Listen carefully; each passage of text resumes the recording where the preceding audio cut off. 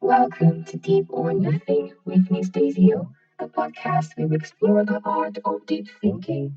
Join me as we dive into thought-provoking conversations that challenge the surface and uncover the profound truths that shape our lives. Let's go deep, or not at all.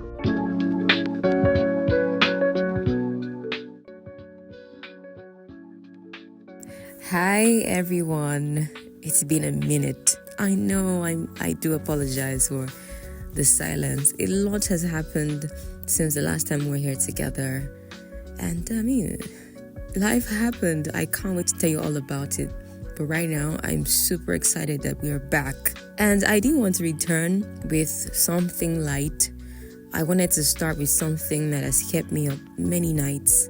Something personal, honest, and universal. Today, we're talking about the idea of a thing and why so many people fall in love with that, but not the actual thing. The idea of a person, a dream, a lifestyle, a relationship. It's almost always neater in our minds than it is in real life. So, let's go deep. Have you ever fantasized about something for so long? A career path, a kind of partner, a way of life, only to actually get close to it and then panic? Or maybe reject it? Or realize it's not as easy or glossy as it looked in your head? We call this the fantasy trap. We fall in love with the idea of something because the mind is a master at filling in blanks. The mind smooths out rough edges. The mind that brushes the inconvenient. It makes the dream version shiner than the real thing. A man says he wants a woman who's intellectual, emotionally intelligent, spiritual. But when he meets her, he feels exposed because now he has to match her depth and not just admire it from afar. We do this with people too.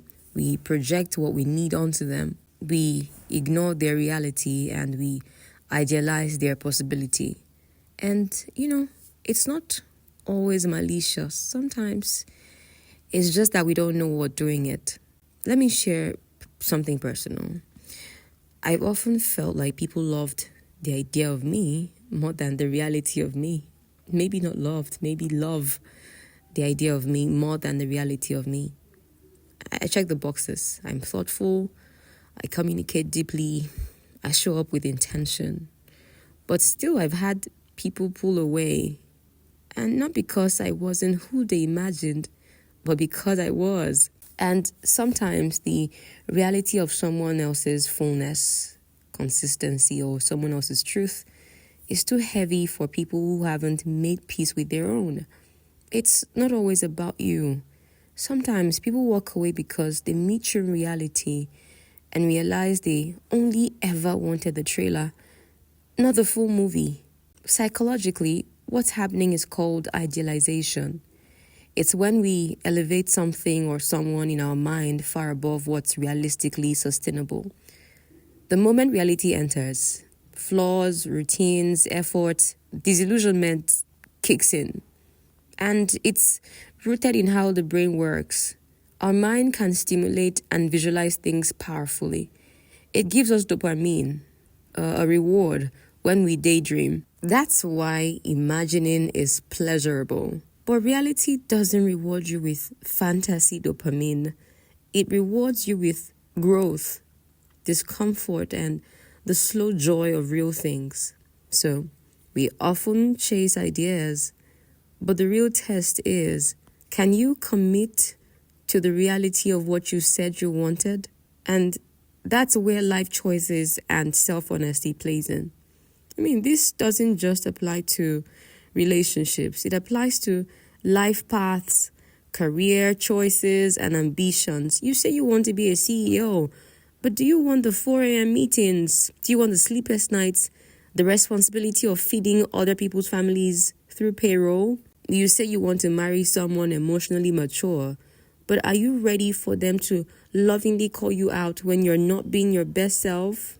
We must stop confusing desire for fantasy with readiness for reality. Let's move this conversation beyond love, because this thing we're talking about falling in love with an idea more than the reality shows up in so many areas of our life. Let's talk about career. You see it all the time. Someone romanticizes being a CEO, a creative, or an entrepreneur, yes. They picture the freedom, the praise, the boss life vibes. But the moment they face the truth, long hours, instability, no applause, just work, they check out, not because they're incapable, but because they fell in love with the idea, not the discipline it requires. And then there's lifestyle. Many of us have fallen for aesthetic dreams, soft life, minimalist living, being a well-traveled creative, a fit body. But living those dreams isn't just about posting reels. It's about waking up at 5 a.m., saying no to comfort, sacrificing now for later. When the effort doesn't match the dream, we know we didn't want the life. We wanted the feeling that came with imagining it. Let me tell you something I've observed in myself and others. Sometimes what we want isn't really what we want. It's what we want to say we have.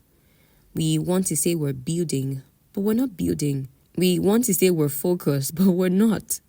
We want to say we're healing, but we won't do the work. What we're doing is playing in the realm of ideas.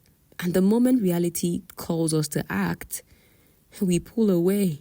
Not because we're lazy, but because the fantasy was safer than the facts. This also applies to friendships. You say you want a tribe, a close circle, a support system.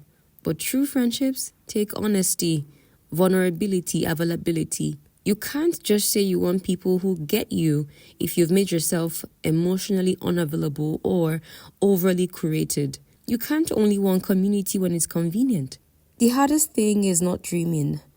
The hardest thing is being honest enough to say, maybe I only like the version of this in my mind, not in my reality. And that's okay. As long as you're not dragging other people into dreams you're not willing to wake up for. So how do you reclaim the power? Here's the good news. You don't have to stay trapped in fantasy. You can acknowledge when you've been idealizing something. Check in with yourself. Do I love this in thought or in truth? Have open conversations. Let people be real, not perfect. Be honest about your own emotional capacity. I mean, reality can be messy, but it's in that mess that love, purpose, fulfillment, and real connection are born.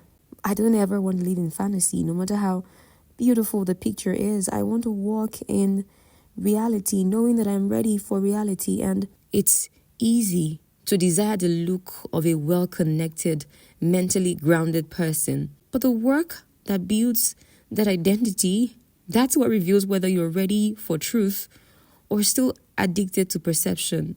Maybe the real work is coming back to yourself and asking, do I really want this, or do I like how it sounds?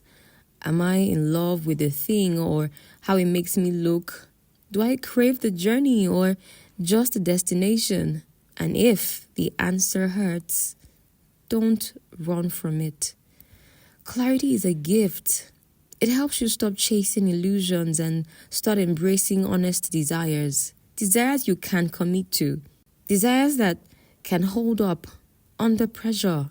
Because falling in love with an idea is easy, but living in truth, that's where freedom and fulfillment actually live. So, as we return to Deep or Nothing, I want to leave you with this question. What have you fallen in love with the idea of, but not the truth of? Think about it. Reflect on it. Be kind to yourself in the process. And remember, real things are heavier, but they're also more meaningful. Can we be honest? Can we share? Have you ever discovered you're in love with the idea of something? A role, a person, a dream, and not the reality? I'd like to hear your story. Please share in the comment section and let's talk about it. If you loved this episode, share it with someone who needs to hear it. Let's keep going deeper. Until next time, I am Miss Daisy O, and this is Deep or Nothing. Deep or Nothing with Miss Daisy O.